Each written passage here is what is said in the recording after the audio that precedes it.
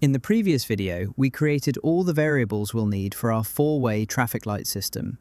Along the way, we learned how to create PLC tag tables, global data blocks, and user-defined data types in TIA Portal. In today's video, we're finally going to write the ladder logic that controls the entire traffic light sequence. To begin, open the Program Blocks folder. Inside, you'll find main OB1. As we discussed in the previous lesson, OB1 is the PLC's main cyclic organization block. Every PLC scan begins by executing the logic inside this block.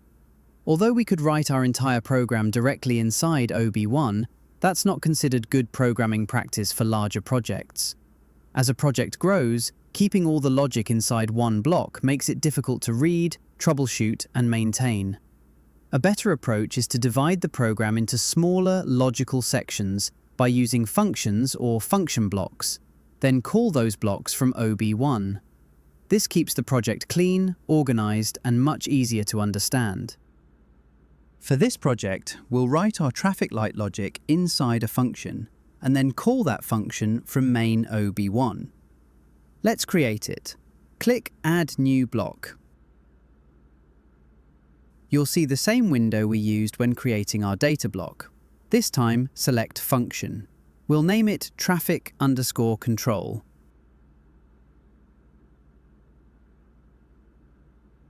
Then click OK. Our function has now been created. Double-click it to open the ladder editor. Before we start programming the traffic light sequence, we first need a way to start and stop the system. When the operator presses the Start button, we want the traffic lights to remain active even after the button is released. Likewise, when the Stop button is pressed, the entire system should switch off. A normal push button only stays true while it's being pressed. As soon as you release it, the signal returns to false. To keep the system running after the Start button is released, we'll use an SR, or Set Reset, flip-flop. The set input turns the system on, while the reset input turns it off. Once the output has been set, it remains on until the reset input is activated. There are two ways to insert the SR flip-flop. You can drag it directly from the BitLogic Operations folder, or you can insert an empty instruction box and simply search for SR. Both methods insert exactly the same instruction. We'll use the Start push button to drive the set input of the flip-flop. Next, add another normally open contact for the Stop push button and connect it to the reset input. Now, let's assign our variables. I'll simply drag the required tags from the global data block and drop them into the appropriate locations. The Start button is connected to the set input. The Stop button is connected to the reset input. And the output of the flip-flop is connected to our system_on tag. Now the control logic behaves exactly as we want. Pressing Start sets the system_on off bit to true, and it stays on even after the button is released. Pressing Stop resets the flip-flop, causing the system_on bit to return to false and switching the entire system off. Now that our start and stop control is complete, we can begin programming the traffic light sequence itself. Before we move on to programming the traffic light sequence, if you're finding these tutorials helpful, consider subscribing to the channel. Each rung we create from this point onward represents one stage of the traffic light cycle. Now let's build the first stage of our traffic light sequence. During this stage, vehicles traveling in the north-south direction are allowed to move, while vehicles traveling in the east-west direction must remain stopped. For this rung to become active, the system must first be running. So we'll begin by adding a normally open contact and assigning it the system_on/off tag.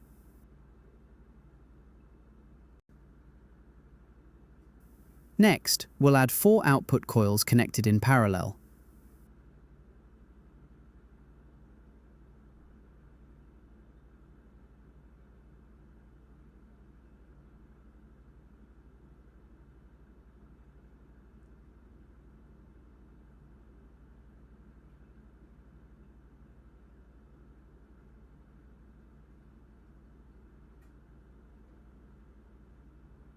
These 4 coils represent the traffic lights that should be active during stage 1. Looking at our SCADA screen, the north and south traffic lights should display green, allowing traffic to move. At the same time, the east and west traffic lights should display red, stopping traffic in those directions. Let's assign the appropriate tags to each output coil.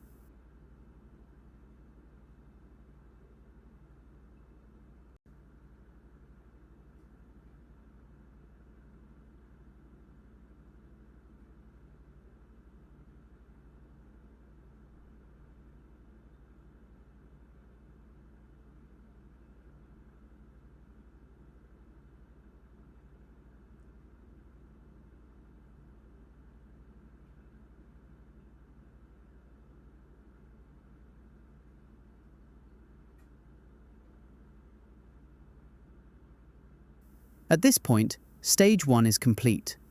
Whenever the system is on, the north and south directions will receive a green light, while the east and west directions remain red. However, there's one important problem. Nothing tells this rung when to stop. If we leave it like this, the traffic lights will remain in stage 1 forever. To solve that, we'll use an on-delay timer. Move to the next rung.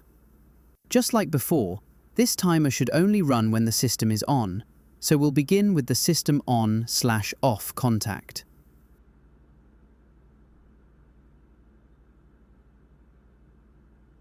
Next, insert an on-delay timer, also known as a T-on instruction. You can insert it from the timers folder or by placing an empty instruction box and searching for T-on. The first time you insert a timer, TIA Portal will ask to create an instance data block for it. Simply click OK. This timer will determine how long the north-south direction remains green. Now we need to use the timer to switch off stage 1. Go back to the first traffic light rung and insert a normally closed contact before the output coils. Now let's configure its preset time. The preset time defines how long the timer waits before its output Q becomes true. For now, we'll enter a value of T#10,000 milliseconds, which represents 10 seconds. Later in the series, we'll replace this fixed value with the timer tags from our data block, so that the operator can adjust it directly from the SCADA interface. Assign this contact to the timer's Q output. Here's how the sequence now works. As soon as the system starts, stage 1 becomes active. The north and south traffic lights turn green, the east and west traffic lights turn red, and the timer begins counting. After 10 seconds, the timer finishes timing and its Q output changes to true.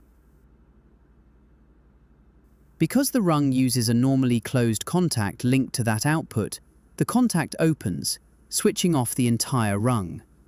This cleanly ends stage 1 and prepares the PLC to move to the next stage of the sequence. The next stage is our yellow phase.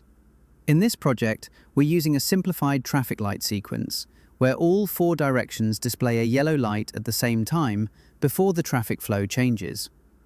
This warns drivers that the current phase is ending and gives vehicles already inside the intersection time to clear safely. We'll build this rung almost the same way as the previous one. First, the system must be on. Second, the first timer must have finished timing because the yellow stage should only begin after the north-south green phase has ended.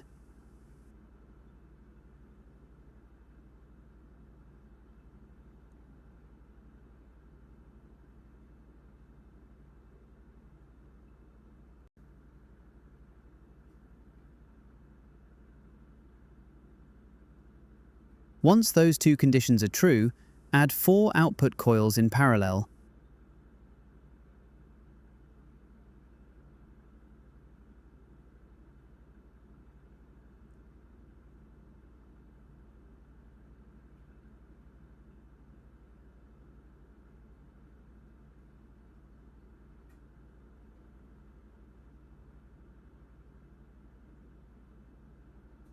And assign the yellow output for each of the 4 traffic lights.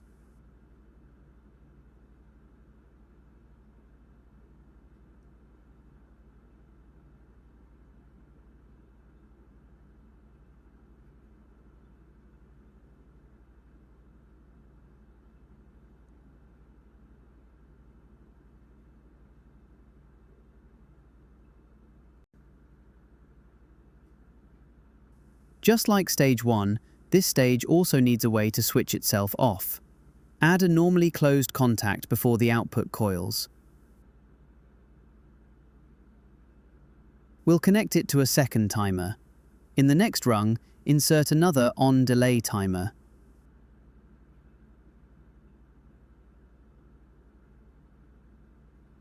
This timer should start only when the system is on and the first timer has already finished timing.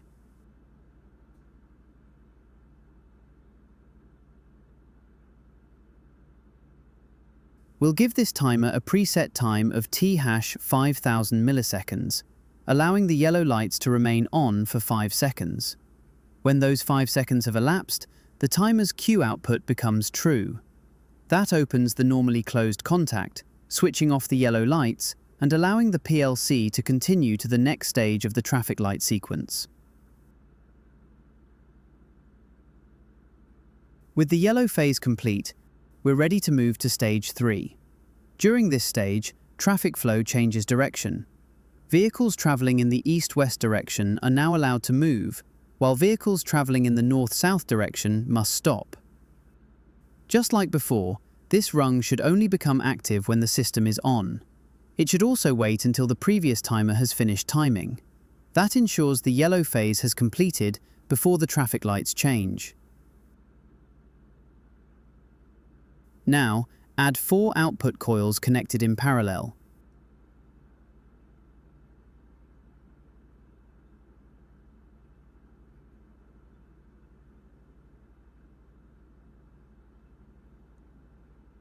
This time, assign the green outputs to the east and west traffic lights and the red outputs to the north and south traffic lights.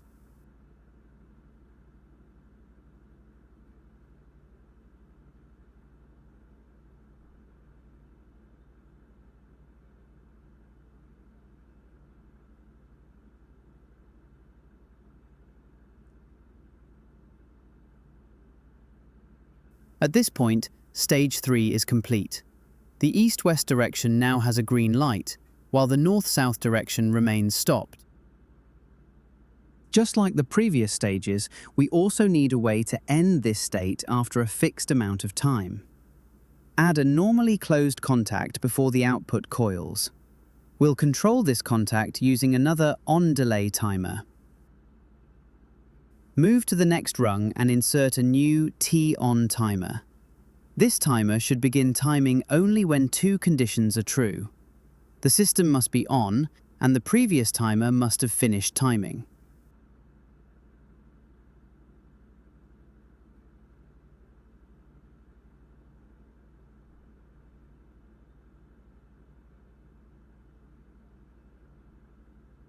Set the preset time to T#10,000 milliseconds.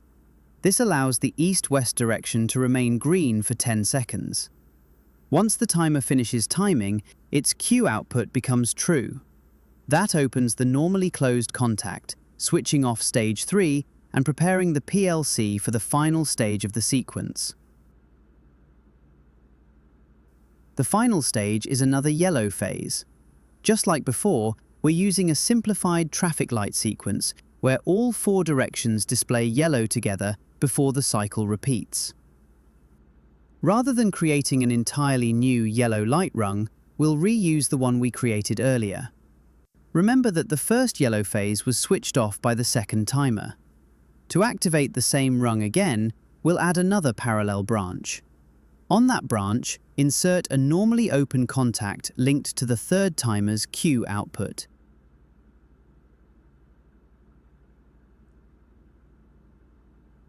Here's what happens. When the third timer finishes timing, two things happen at exactly the same time. First, its normally closed contact opens, switching off the east-west green lights. Second, its Q output closes the new parallel branch, turning the yellow light rung back on. This allows us to reuse the same yellow stage instead of duplicating the entire rung. Just like before, the yellow lights should only remain on for a short period. Add another normally closed contact to the yellow light rung.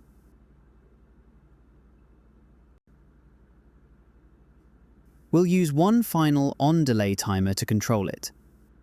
Insert the timer on the next rung. This timer should start only when the system is on and the third timer has already finished timing. Set its preset time to T#5000 milliseconds. After 5 seconds, the timer's Q output becomes true, opening the normally closed contact and switching the yellow lights off once again.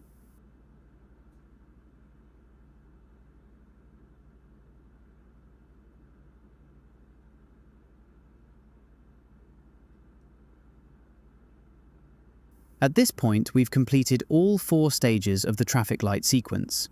The final step is to make the entire process repeat automatically. To do that, we'll reset the first timer. Create one final rung. The rung should become active only when the system is on and the fourth timer has finished timing. From the BitLogic Operations folder, insert a reset coil. Assign it to the input of the first timer, making sure you select the timer's IN signal rather than its Q output. Now, let's see why this works. When the fourth timer finishes timing, the reset coil clears the first timer. Resetting the timer turns its Q output back to false, returning the timer to its initial state. Because every stage in our sequence depends either directly or indirectly on the output of that first timer, resetting it automatically resets the entire sequence. Stage 1 becomes active again. The following stages wait for their respective timer conditions, and the traffic light cycle starts over from the beginning. From this point on, the PLC continues repeating the sequence automatically until the operator presses the stop button. And that's our complete ladder logic program. In the next video, we'll simulate the project in PLC Sim and verify that every stage of the traffic light sequence operates exactly as expected. The next lesson is already on your screen. Thanks for watching, and I'll see you in the next video.